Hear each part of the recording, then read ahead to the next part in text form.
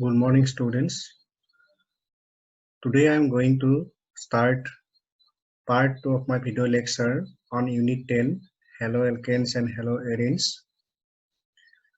In the previous part, I discussed about haloalkanes and haloarenes, IUPAC and common name, nature of the C-halogen bond, preparation of haloalkanes and haloarenes. Towards the end of the lecture, I discussed one method of preparation of haloarenes by electrophilic substitution reaction. Today I shall start again preparation of haloarene by another method, that is Sandmeyer reaction. In this video lecture, I shall also discuss on reactions of haloarenes, haloalkanes and haloarenes, different aspects of reactions of haloalkanes and haloarenes.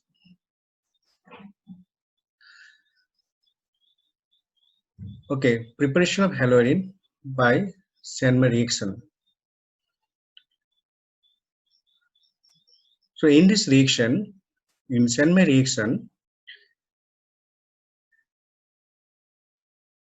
aromatic 1-degree amine is treated with aqueous solution of sodium nitrite in presence of halogen acid under low temperature 0 to 5 degrees centigrade, and in the reaction aromatic diazonium salt is obtained. For example, if we treat aniline under this condition, we get benzene diazonium halide.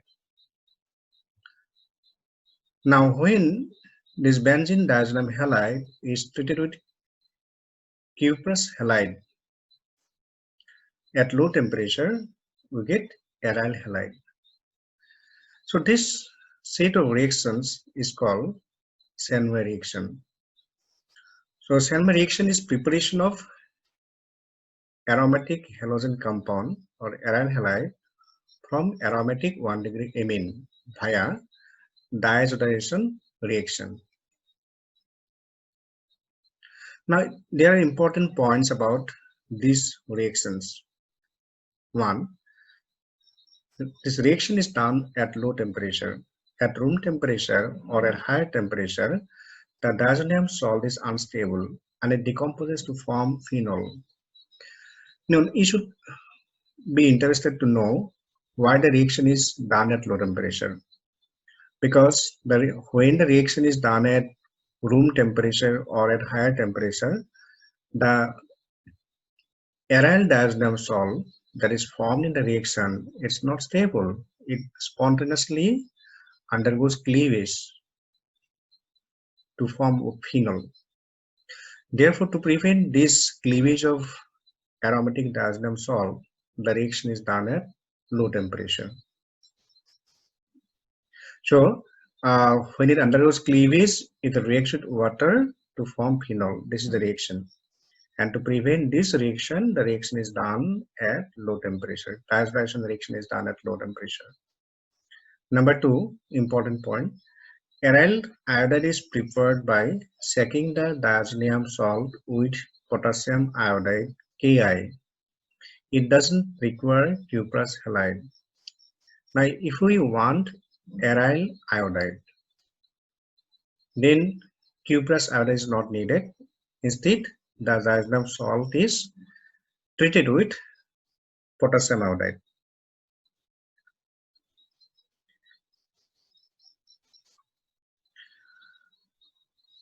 Fluorobenzene is prepared as follows. Now, if we need aryl fluoride, then the aryl diazonium salt, for example, aryl diazonium chloride or aryl diazonium bromide, that is treated with tetrafluoroboric acid, HbF4, and in the reaction we get aryl diazonium tetrafluoroborate. And when that aryl diazonium tetrafluoroborate is heated, we get fluorobenzene. Now there are some here are some solutions to some in-text questions present in page number 297 of the textbook. So you go to the questions, solutions are given here, and study these answers. So if you do not understand, you contact me. You can send me a message in WhatsApp.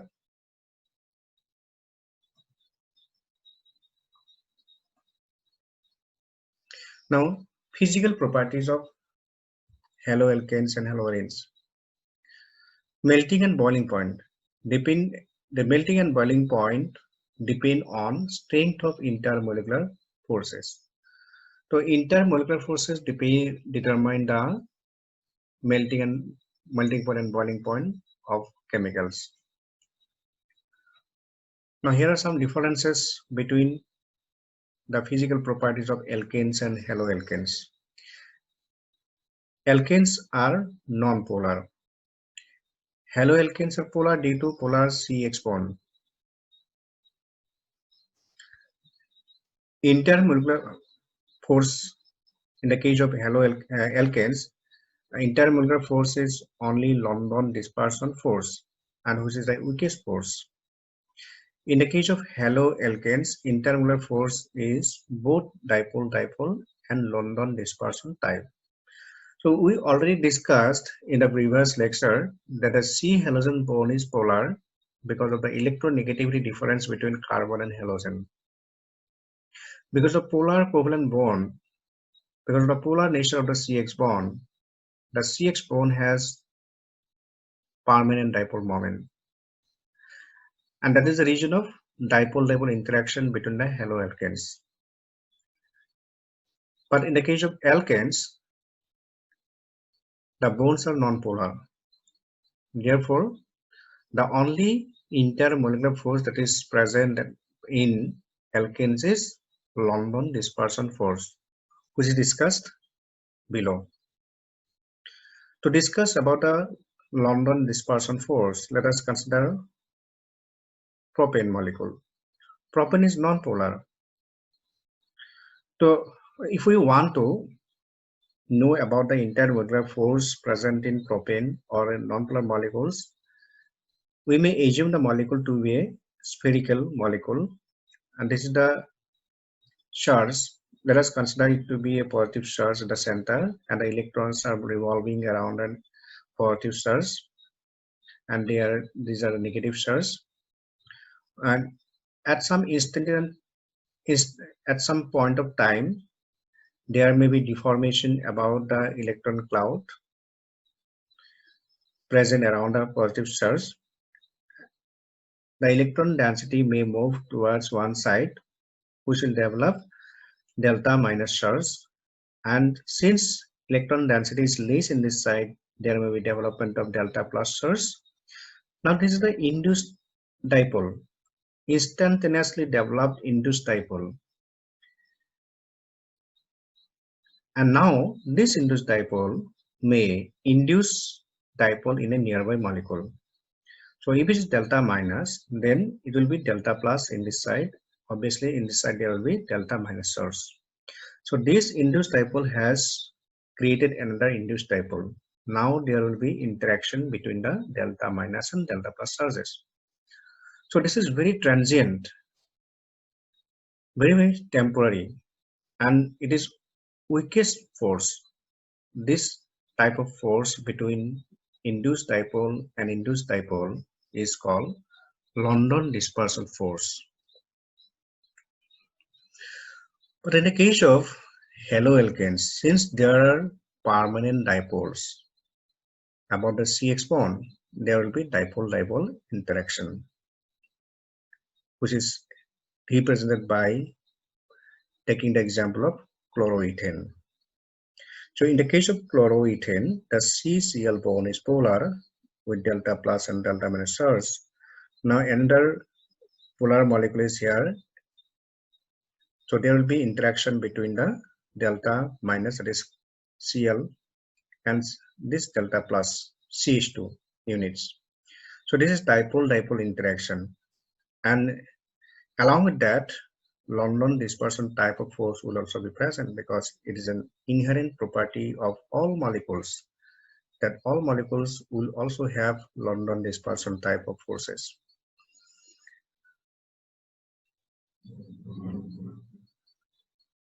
So this example of propane and chloroethene shows that chloroethene will have higher boiling point and propane will have lower boiling point. Alkanes. Weak intermolecular force, strong intermolecular force. In the case of haloalkanes, strong intermolecular force. Alkanes have low melting point and boiling point. Haloalkanes have a higher melting point and boiling point.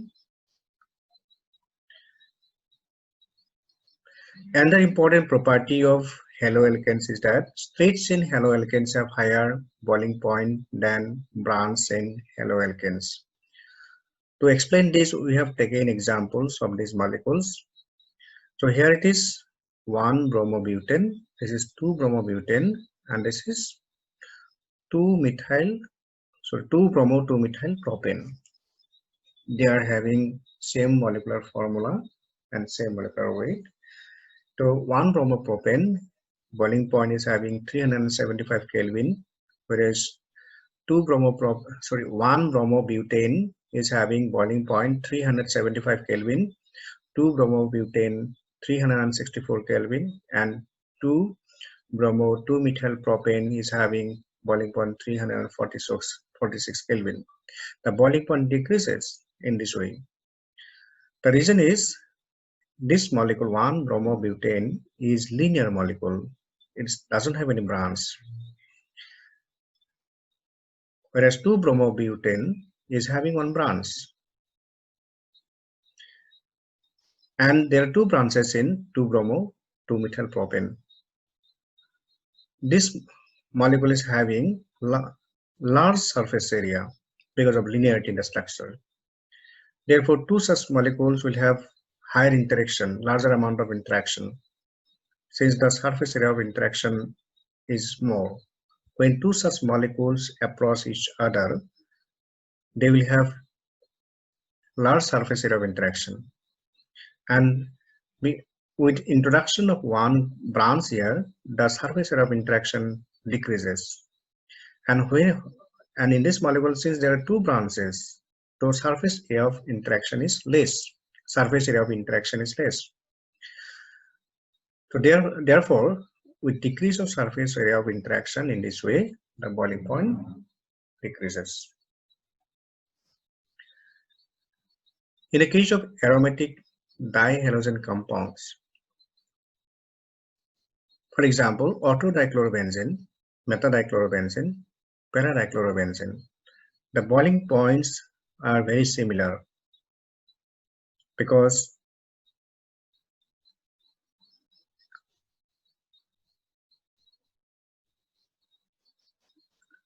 the polarities are very similar. Of course, one paradichlorobenzene seems to be less polar than the others, but still their boiling points are very similar.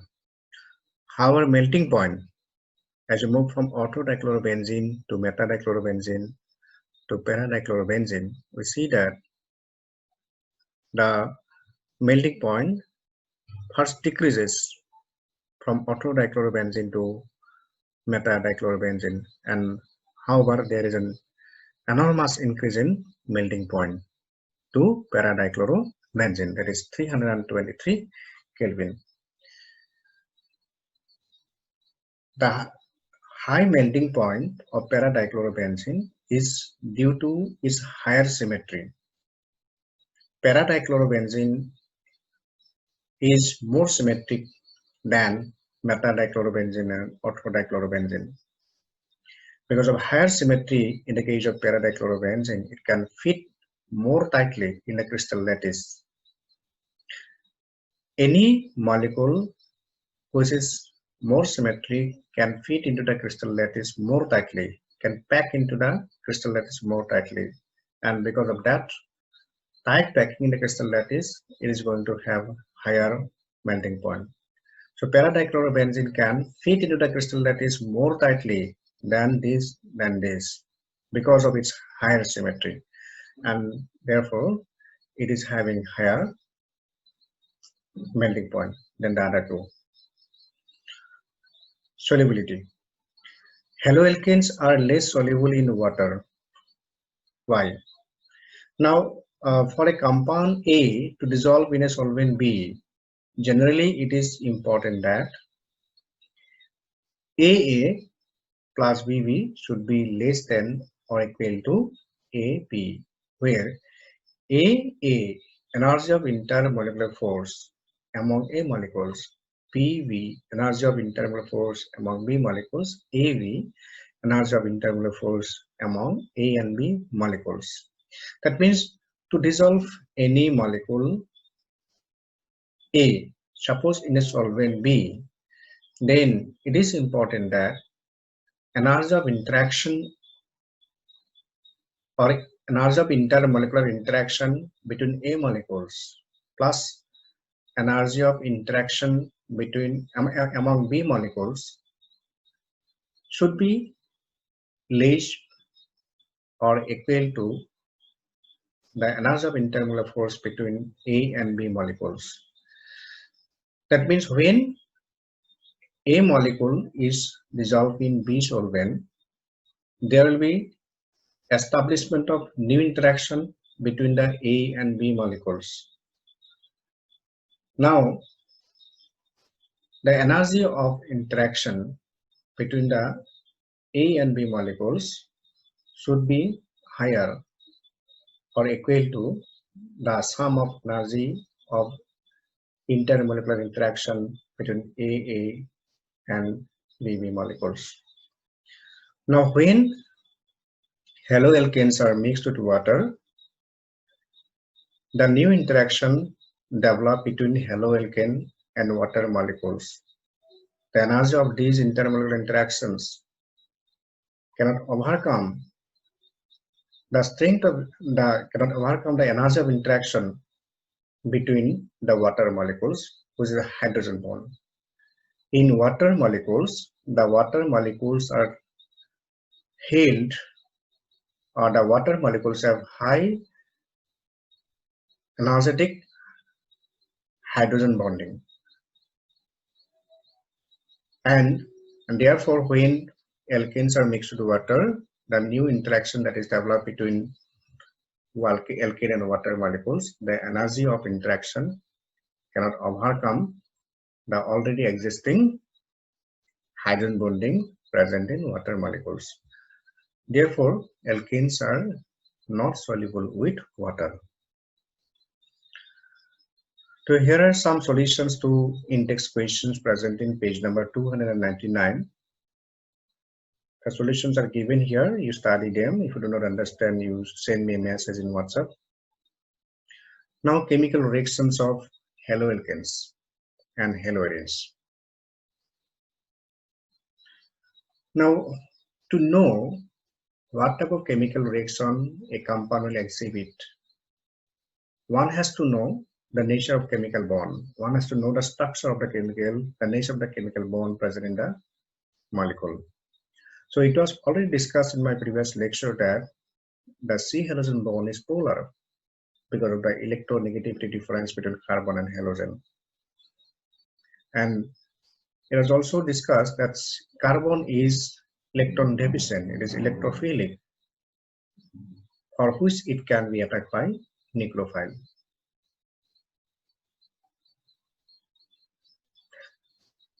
Now, having known this, we would like to know what type of chemical reactions haloalkanes can exhibit. Since we know that carbon is electrophilic, carbon is prone to attack by nucleophiles. Now, when a nucleophile attacks the electrophilic carbon, X may leave, that is, CX bond may cleave because C cannot have 5 bonds at a time. So this is a nucleophile having a lone pair of electrons. So it attacks the electrophilic carbon. So we may think that there may be formation of a chemical bond between nucleophile and alpha carbon. And if we just make a bond here, overall there will be 5 bonds about this carbon, which is not possible. We cannot have any compound where carbon is going to have 5 covalent bonds. So since we cannot have such structure where carbon has 5 bonds, obviously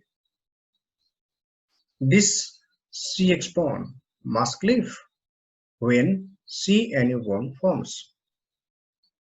That means X must leave C simultaneously when NU attacks carbon.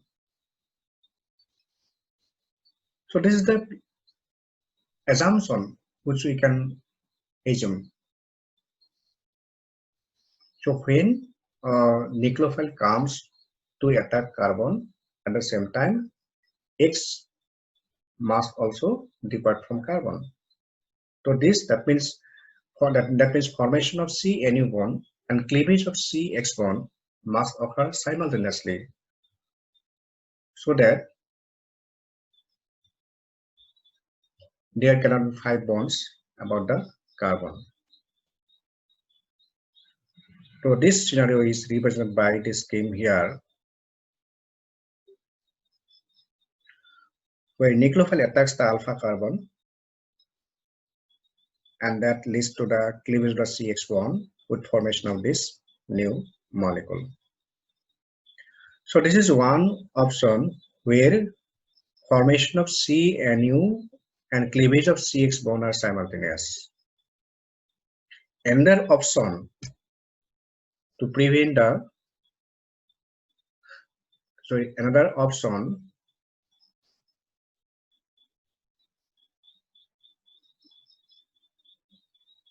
is that first X must leave to form carbocation, after which NU may attack carbocation.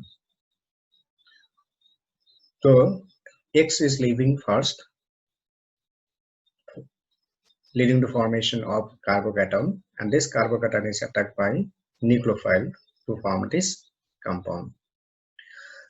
So this is another option. So in either case, 1 or 2, it is a nucleophilic substitution reaction because a nucleophile NU replaces X. Now there can be another option. There can be another type of reaction. Suppose we use a strong base with the alkyl halide. Then the strong base can abstract a beta hydrogen. A beta hydrogen is that carbon which is next to the alpha carbon to which X is attached. Now abstraction of beta hydrogen by strong base will lead to the elimination, will lead to the cleavage of the CX bond also, as it is shown here. So B is a strong base, it abstracts this beta hydrogen, beta proton, that leads to the cleavage of the CX bond. That means there is removal of H and X, that leads to elimination to form an alkene. So this is another option, or this is another sort of chemical reaction which can be exhibited by haloalkanes.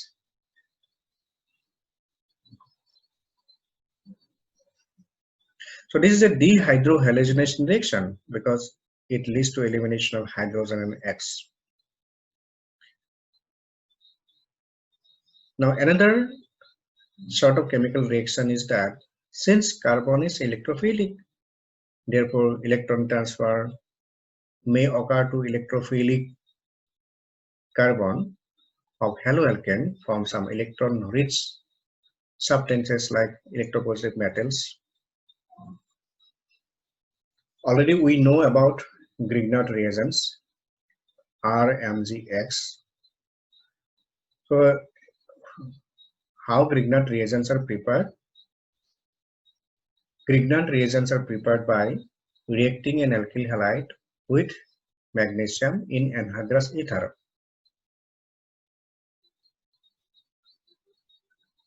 In that reaction, we may grossly suppose that magnesium being highly electropositive electron transfer may occur to the alpha carbon of alkyl halide.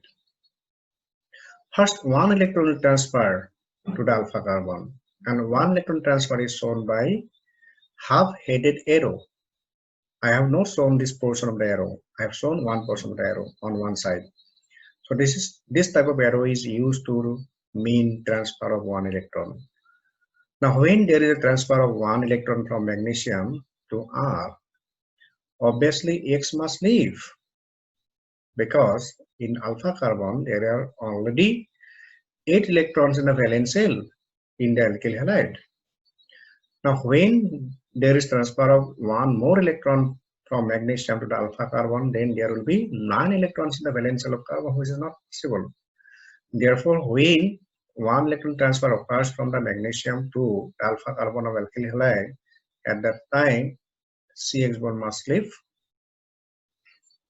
Now that leads to the formation of a radical, alkyl radical. Now this magnesium, which is unipositively charged, has one more electron in the valence shell, so that electron will also be transferred to the alkyl radical, and that will lead to the formation of alkyl carbon ion. Now this alkyl carbon ion is going to combine with magnesium X minus to form RMgX. This is a gross analysis of the electron transfer reaction which happens during preparation of Grignard reagent. So we can assume that haloalkanes can exhibit such type of reactions because of the electron deficiency of the alpha carbon. Now, if we combine all these points, then obviously it is clear that haloalkanes can exhibit this type of reactions. One is nucleophilic substitution reaction, including the scenario, when nucleophile attacks the carbon and CX bond cleavage. That means formation of CNU and CX bond are simultaneous, and cleavage of CX bond occurs first, followed by attack by the nucleophile on the carbocation. Second sort of reaction which can be exhibited by haloalkanes is elimination reaction, and the last sort of reaction which can be exhibited by haloalkanes is reaction with metals, where electron transfer reaction occur from metal to the electrophilic carbon. Now these are the chemical reactions which can be exhibited by haloalkanes. These three sorts of reactions can be exhibited by haloalkanes because of the nature of the CX bond, which is polar, with the carbon being electrophilic. Now let us discuss these three sorts of reaction one by one. Number one, nucleophilic substitution reactions. And in this category, there are two sorts of reactions. The first is attack of Nu on C and departure of X are simultaneous. So this is a general scheme of reaction where Nu minus is a nucleophile, and this is the alkyl halide. Carbon is delta plus, X is delta minus. So nucleophile attacks on this alpha carbon, and then this is the product where nucleophile is attached to the alpha carbon on this side. X minus is a leaving group here. Now this is a general mechanism. This is a transition state where you can see NuC is partially formed bond and CX is partially clipped bond. So partially formed and partially clipped bond are shown by dotted lines, and such structures with dotted lines are shown normally for transition states.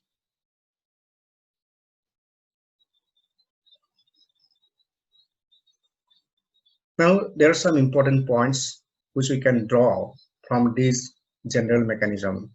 Let us discuss this one by one. First one is a nucleophilic substitution reaction where a nucleophile Nu minus replaces another nucleophile X minus. Here X is called leaving group. Nu minus attacks alpha carbon from the backside of the leaving group. So as you can see here, X is oriented on this side.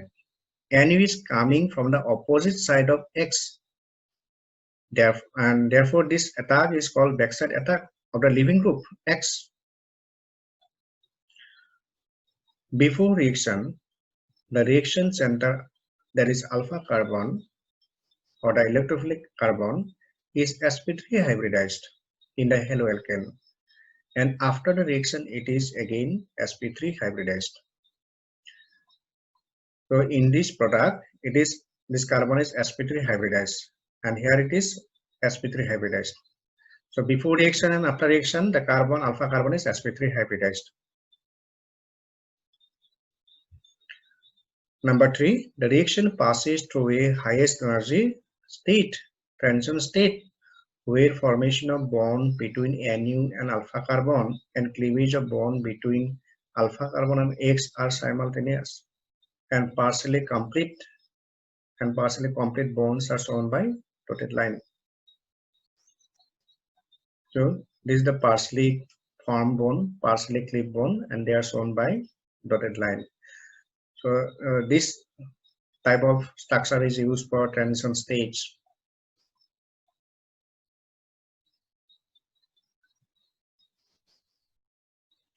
In the transition state, point number 4, in the transition state, the alpha carbon has 5 bonds, including the dotted bonds.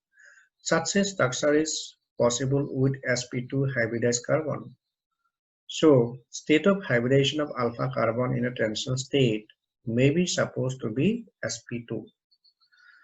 So, only when, if we suppose the alpha carbon to be sp2 hybridized, then we can account for such a structure where carbon is having 5 bonds, including the dotted lines. Because when carbon is sp2 hybridized, carbon is going to have 3 sp2 hybrid orbitals, and those 3 sp2 hybrid orbitals are utilized by the carbon to form 3 sigma bonds, this one, this one, this one. And we know that sp2 hybridized carbon has one unhybridized pure p orbital. It has 2 equal lobes on both sides. It's a dumbbell shape. P orbital is dumbbell shape, and we know that the unhybridized pure p orbital is perpendicular to the plane formed by the 3 sp2 hybrid orbitals. So this, if the sp2 hybrid orbitals are oriented this, and this side, then the unhybridized pure p orbital will be like this. It will be like this, oriented this way. Now, this pure p orbital then overlaps with nucleophile orbital and X orbital. That means it is clear that only if this carbon is sp2 hybridized in the transition state, then only there can be such a structure where carbon is having 5 bonds.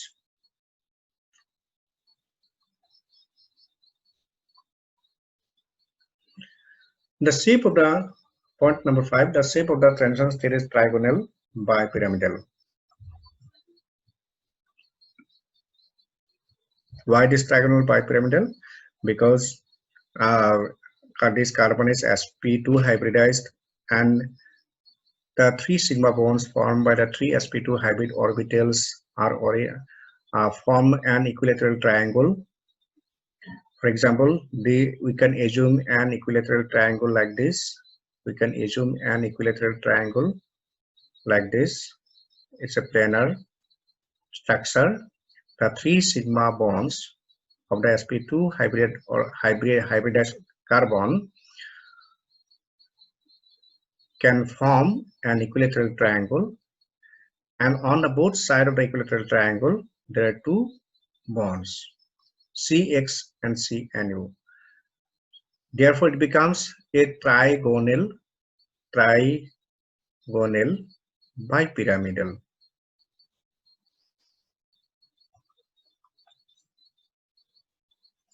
Point number 6, the reaction is bimolecular.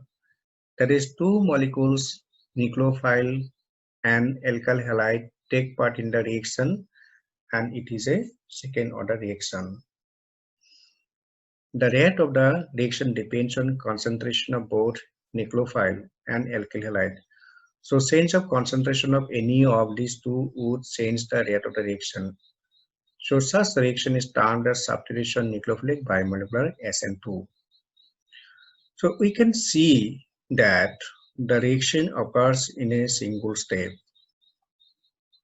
through the passage of a transition state, through the intermediate of a transition state. So this is the reactants, this is transition state, this is product. No other intermediate is involved in the reaction, it occurs in a single step. So in that step itself, there are two molecules, one is nucleophile and the other is alkyl halide. They take part in the reaction. So this is the, since this is a redetermining step, this is of this reaction. And since two molecules take part in the reaction, that is nucleophile and alkyl halide, therefore, if we change the concentration of any of these two, or if we change the concentration of both of these two, that is nucleophile and alkyl halide, then the rate of the reaction will also change. That way, it becomes a second order reaction. The rate of the reaction depends on concentration of both nucleophile and alkyl halide. It becomes a second order reaction. And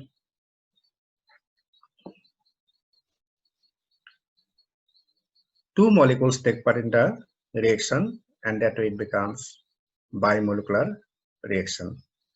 It is a substitution reaction, nucleophilic substitution reaction, and it is a bimolecular reaction, and therefore these points are indicated or symbolized by SN2. SN2, where S stands for substitution, N stands for nucleophilic, and 2 stands for bimolecular. Point number 7, a kind of umbrella inversion occurs as the reactant converts to the product. So with chiral alkyl halide, inversion of its configuration would occur after reaction. So you can see in the reaction scheme, there is an inversion of the structure in SN2 reaction. In the reactant, in the alkyl halide, the X is oriented this side, and when the reaction occurs, the nucleophile becomes attached to carbon on this side. So this portion, these bonds were on this side, and X was on this side, but when the reaction occurs, these bonds which were towards this side come on this side, and nucleophile becomes attached to alpha carbon on this side. That way it becomes inversion in the structure of the molecule. We are going to discuss about inversion of configuration after a few pages. We shall discuss what are chiral, achiral, inversion of configuration after a few pages. Point number 8. Different substitution products may be obtained with nucleophiles that have different nucleophilic centers. A nucleophile may have different nucleophilic centers. For example, cyanide, CN. We know about sodium cyanide, potassium cyanide. We know about silver cyanide. So cyanide carbon bears negative charge, and carbon and nitrogen, they are triply bonded. So when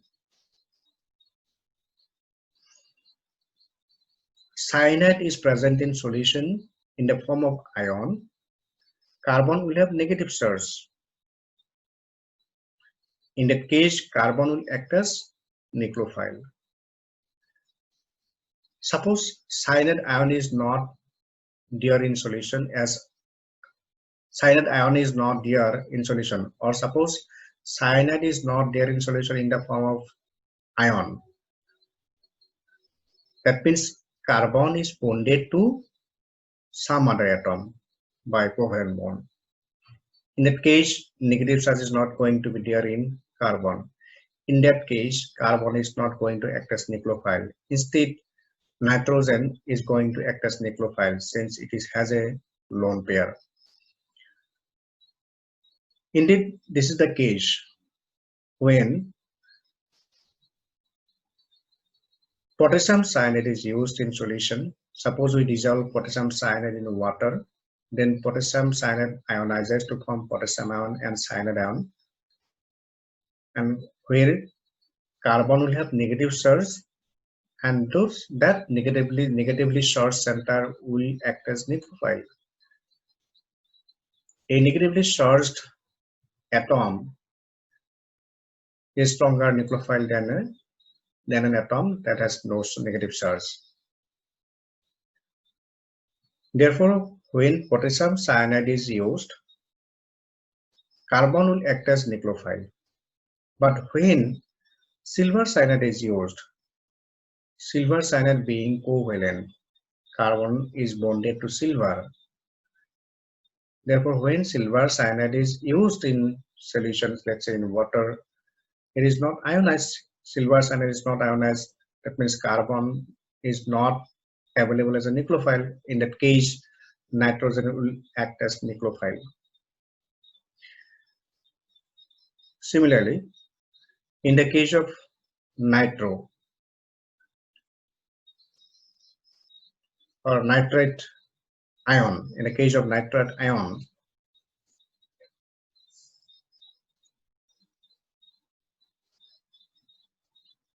when potassium nitrate is used, this oxygen which is having negative charge is going to act as nucleophile.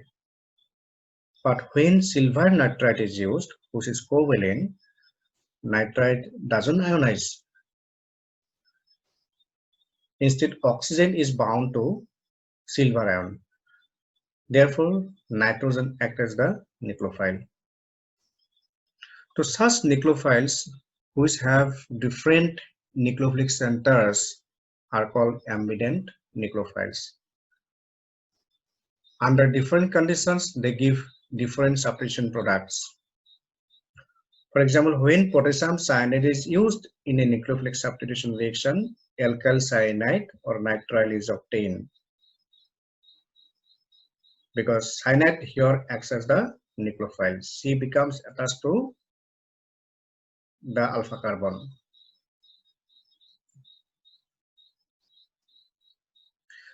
Potassium cyanide is predominantly ionic, and in solution it ionizes fully to give cyanide ions. Nucleophilic attack occurs through mainly carbon to give alkyl cyanide.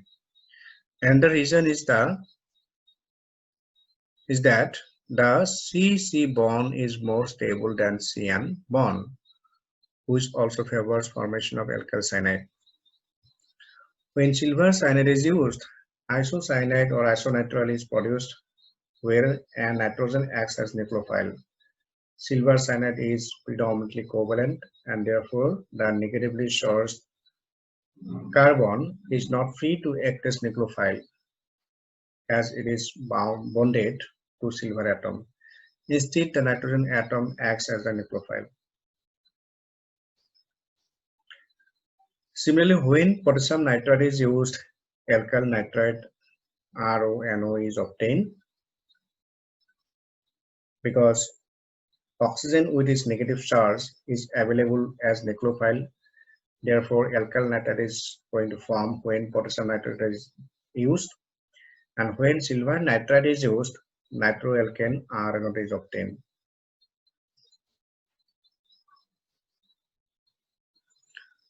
Point number 9. Since the nucleophile attacks the alpha carbon, therefore presence of bulky groups, alkyl group or any similar large group in the alpha carbon shall hinder the nucleophile in attacking the alpha carbon.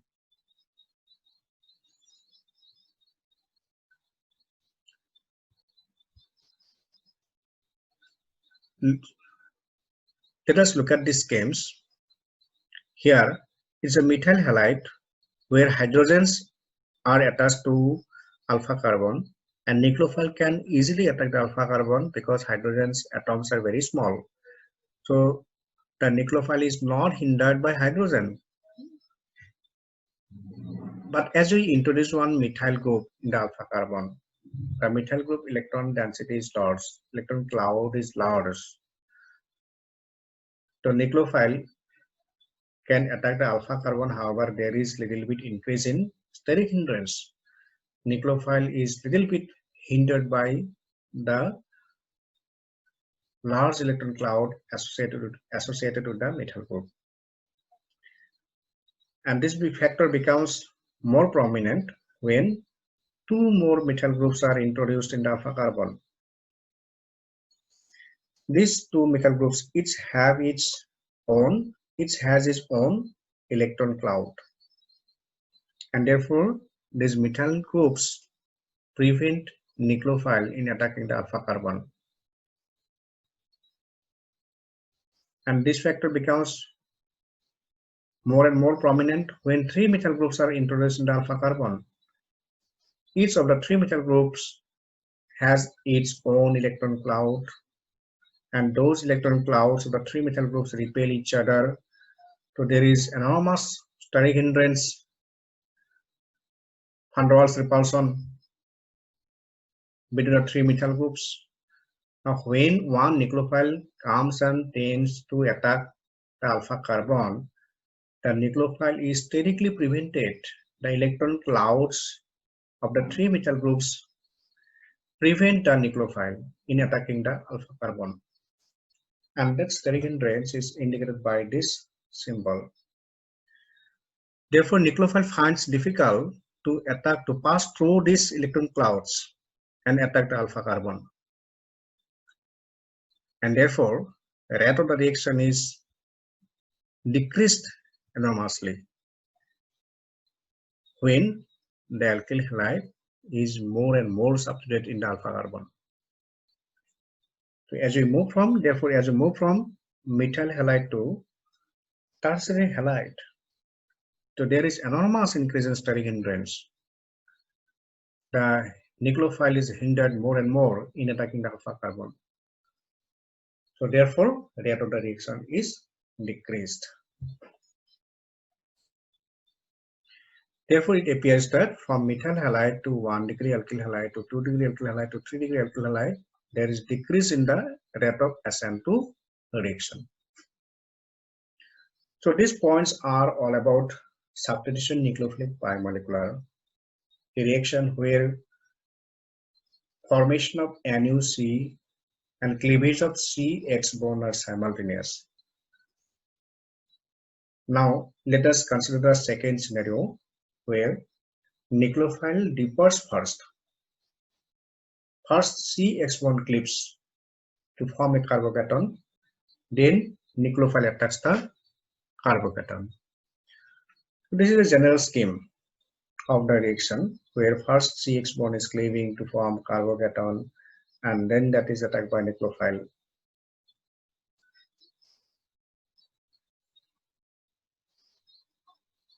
So obviously it is clear that there are two steps in the reaction. The first step in the first step CX bond cleaves to form the carbocation. In the second step nucleophile attacks the carbocation to form the substituted product. So here are some of the important points which can be drawn from this general scheme of mechanism. Number 1, in the first step X departs to form carbocation.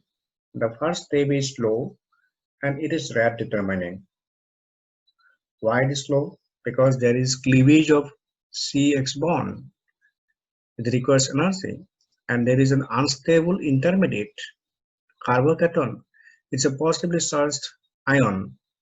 So this is a neutral molecule, and that generates an ion which is unstable because carbon has 6 valence electrons in the valence shell here. In a stable molecule, carbon has 8 valence electrons in the valence shell. Since carbon is deficient of 2 electrons, therefore it is unstable intermediate. It immediately wants to get 2 more electrons so that in the valence shell it becomes 8 electrons. That's why in the second step nucleophile attack, when the nucleophile attacks carbon, accepts 8 valence electrons. Therefore, rate of this reaction is very high. This step is very fast, whereas this step is very slow. The first step is slow and it is rate determining. In a multi-step reaction, that means a reaction which can occur in 2 steps or more than 2 steps. Then one of those steps will be slow and will be rate determining. Usually, the slow step of a reaction determines the rate of the reaction, and since that step determines the rate of the reaction, that step is known as rate determining step or rate limiting step or rate controlling step. The rate of the whole reaction will be influenced by the rate of that slow step or rate determining step. And in that step, in the case of this reaction, this is the rate determining step, and in this rate determining step, only one molecule, that is alkyl halide, involves. Only one molecule, the alkyl halide, involves in the first step. So molecularity is 1, unimolecular reaction. Since the first step is rate determining and only the alkyl halide takes part in the reaction, therefore the reaction has first order kinetics. Since the rate of the reaction depends on the concentration of the alkyl halide, it is clear that it is a first order reaction. The rate of the reaction depends only on the concentration of alkyl halide.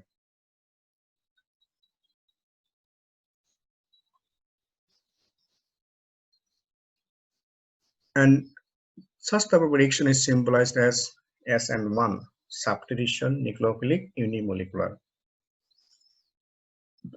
Second important point, the state of hybridization of the alpha carbon in the alkyl halide is sp3 and it becomes sp2 in the carbocation intermediate.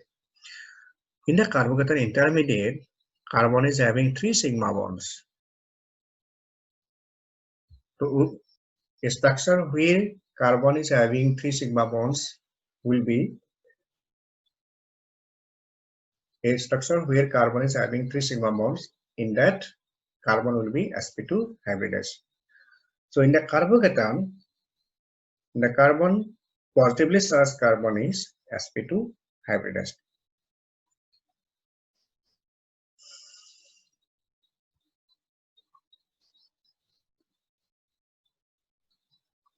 Number 3, the carbocation intermediate is planar since the carbon is sp2 hybridized, where the R groups are oriented towards the 3 corners of an equilateral triangle. In the carbocation intermediate, carbon is positively charged, it is sp2 hybridized, and this carbon is having 3 sigma bonds. So any molecule or ion where carbon is having 3 sigma bonds and positive charge on the carbon, then that carbon is sp2 hybridized, and sp2 hybridized structure with an sp2 hybridized carbon is planar. That means these 3 Cr bonds, this structure with these 3 Cr bonds is planar.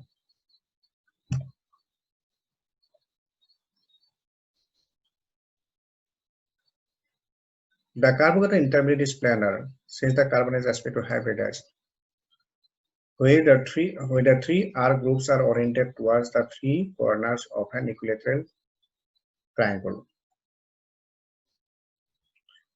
So in this structure, then the nucleophile can attack the carbocation intermediate from the top side as well as from the bottom side. So since this structure is planar, nucleophile can attack the carbocation from top side, or it can attack from the bottom side also.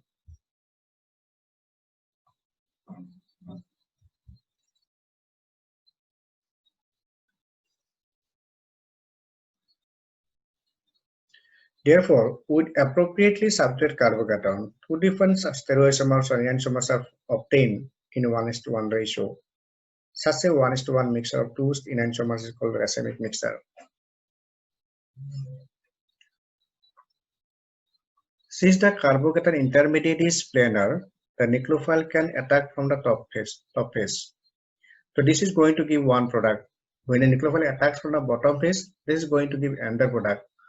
When the three R groups are different, say it is methyl groups, it is ethyl group, it is, let's say it is propyl group, then three R's are different.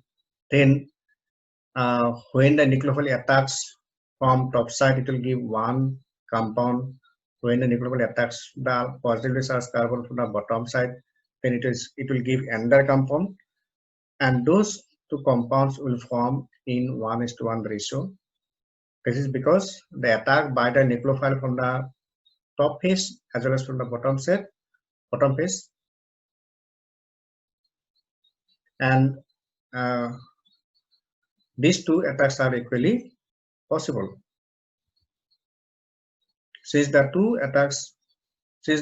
nucleophilic attack from the two faces is equally possible, therefore the products formed from these two attacks will be in 1:1 ratio. So such a mixture containing 1:1 ratio of two enantiomers or two chiral molecules with the same molecular formula is called racemic mixture.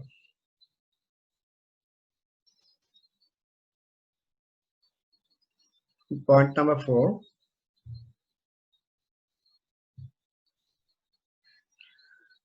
Since a carbocation intermediate is formed, and since stability of carbocation follows the order CH3 plus is less stable than 1 degree carbocation, which is less stable than 2 degree carbocation, which is less stable than 3 degree carbocation.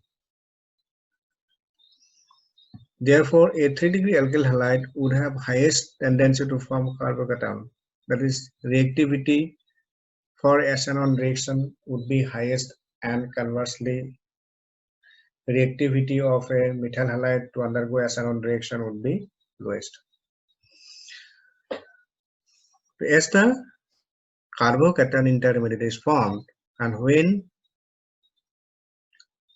the three R groups are alkyl groups,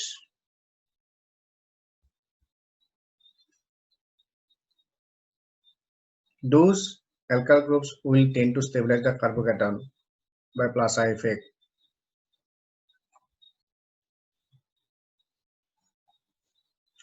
And such an alkyl halide will have higher tendency to form carbocation.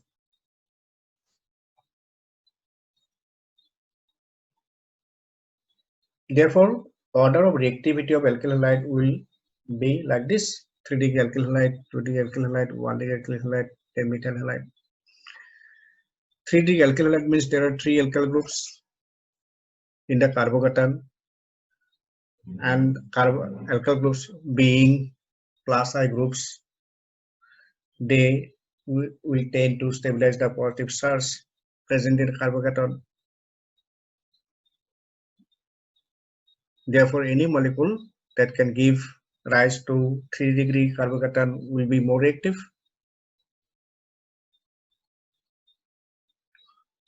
Point number 5, any alkyl halide that forms a stable carbocation has high tendency to undergo SN1 reaction. For example, allylic and benzylic halides undergo facile SN1 reaction as they form stable carbocation.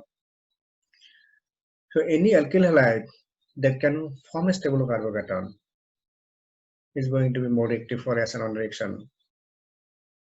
We already found in a previous point that 3-degree alkyl halides are more active in S1 reaction because 3-degree alkyl halides have 3 alkyl groups. They can tend to stabilize the carbocation, and that stabilization is more than secondary and primary or methyl carbocation. For example, allylic halide and benzylic halides are very reactive for SN1 reaction because allyl halides on dissociation to gives allyl radical, and that allyl radical is stabilized by resonance involving the positive charge.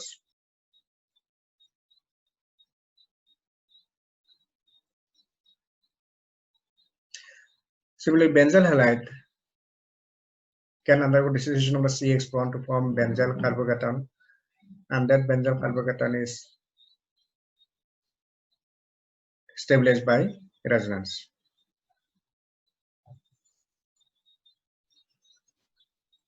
So next reaction is elimination reactions. Already we knew that when alkyl halide is treated with a strong base, if the alkyl halide is having beta hydrogen, at least one beta hydrogen, then that strong base is going to remove one proton from the beta position, and that will trigger the elimination of the X. Overall, this reaction when an alkyl halide is treated with a strong base, there can be elimination of beta hydrogen, including elimination of that X. So this is represented in this scheme. So B minus is a strong base that is removing the beta hydrogen, and that triggers the cleavage of CX bond.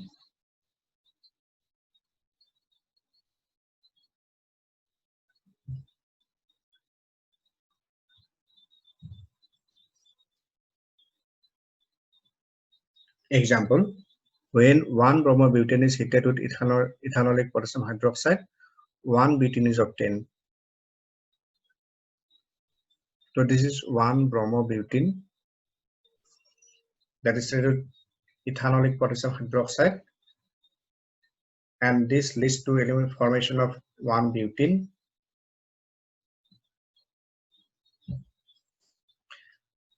So we see that when alkyl halide is treated with ethanolic potassium hydroxide, we get elimination product. But when alkyl halide is treated with aqueous solution of potassium hydroxide, then alcohol is obtained.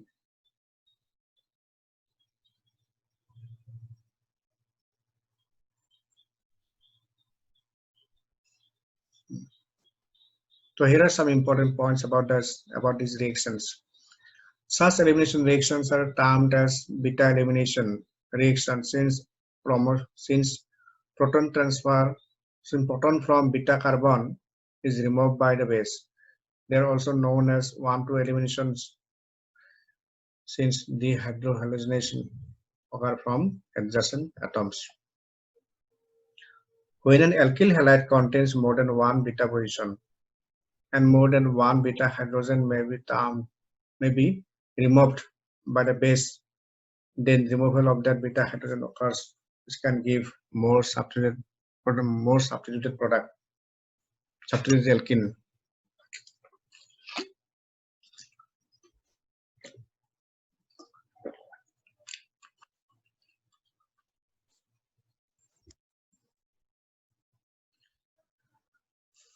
When the alkyl halide contains more than one beta hydrogen, it can have more than one beta position. If those beta positions have hydrogen, then when that alkyl halide is treated with a strong base, that strong base can remove hydrogen from several beta positions. Then that will lead to formation of different alkenes. For example, 2-bromopentane, it has this beta position and this beta position, and the hydrogens are shown separately in the beta positions. Now when this 2-bromopentane is treated with ethanolic potassium hydroxide. Then one alkene that is formed is shown here. This is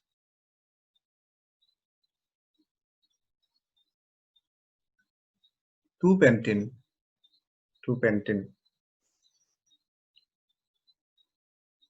And in formation of this 2-pentene, this hydrogen has been removed. When this hydrogen is removed, it leads to formation of 1-pentene. 2-bromopentene is the 2-pentene is the major product and 1-pentene is the minor product.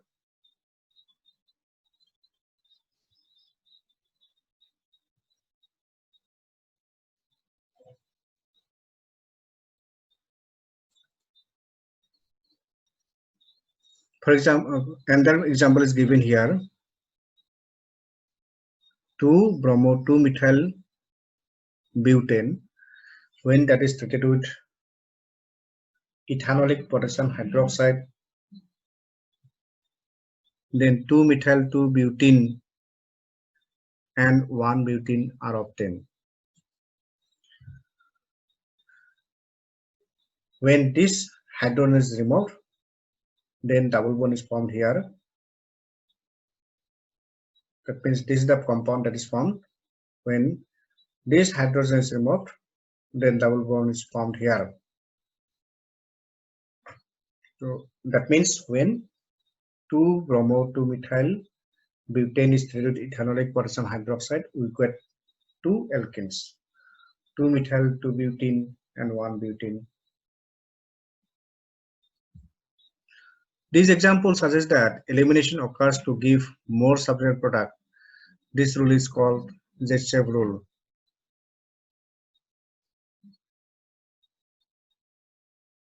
The elimination to give more substitute alkene is called Z-shape elimination, and the more substitute alkene is called Z-shape alkene.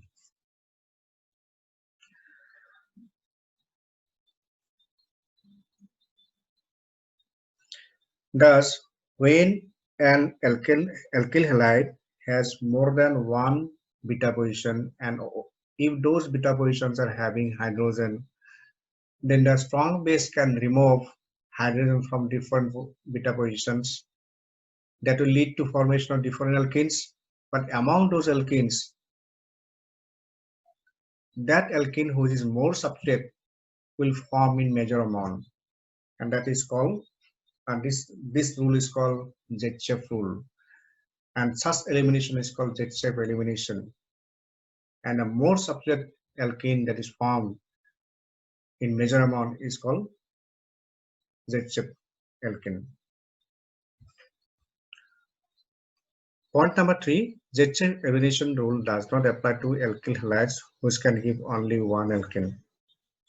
For example, 1-bromo-propane, when that is treated with ethanolic potassium hydroxide, it always forms propene.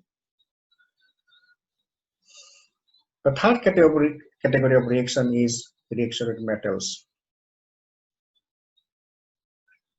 When alkyl halide is treated with magnesium in dry ether under inert atmosphere, we get Grignard reagent.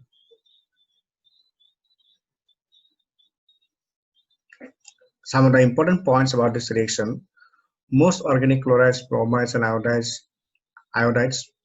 react with certain metals, lithium, sodium, potassium, magnesium, calcium, cadmium, etc., to form compounds which contain carbon-metal bond. Such compounds containing carbon-metal bonds are called organometallic compounds.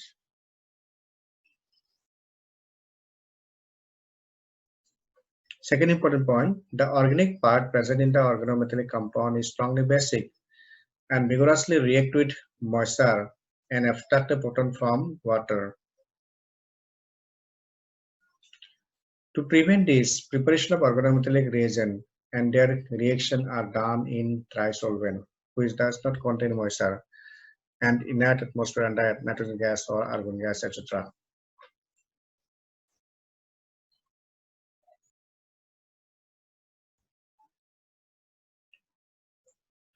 The organic part present in an organometallic compound is strongly basic because it has a negative charge.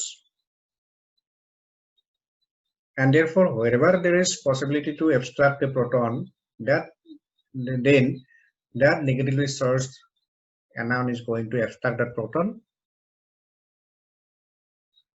Therefore, if Grignard reagent is prepared in a solvent which is having water, contaminated water, then that water is going to give up one proton to the organic part, and that's how the Grignard reagent is going to react with water. And to prevent this unfavorable reaction of Grignard reagent to water, the preparation of Grignard reagent is done under anhydrous condition. And anhydrous condition is that where the solvent, whatever you use in the reaction, doesn't contain moisture, and the reaction is done under conditions where there is no moisture and no oxygen. That is called inert atmosphere. So this is more when the solvent contains water or the air contains moisture, then the Grignard reagent that is formed is going to react with water to form hydrocarbon.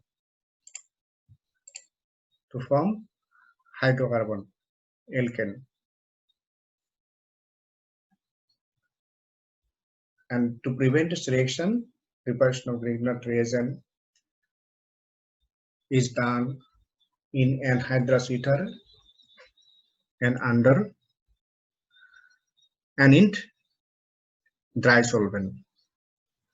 So an atmosphere where there is no oxygen or no moisture, that is usually nitrogen gas or argon gas atmosphere is used to prepare the alkyl halide. To prepare the Grignard reagent or organometallic compound. So this is all about my second part of my video lecture on Unit 10 haloalkanes and haloarenes. Please go through this video lecture and study it thoroughly. If you do not understand anything, if you have any query, please feel free to contact me through WhatsApp. Thank you all.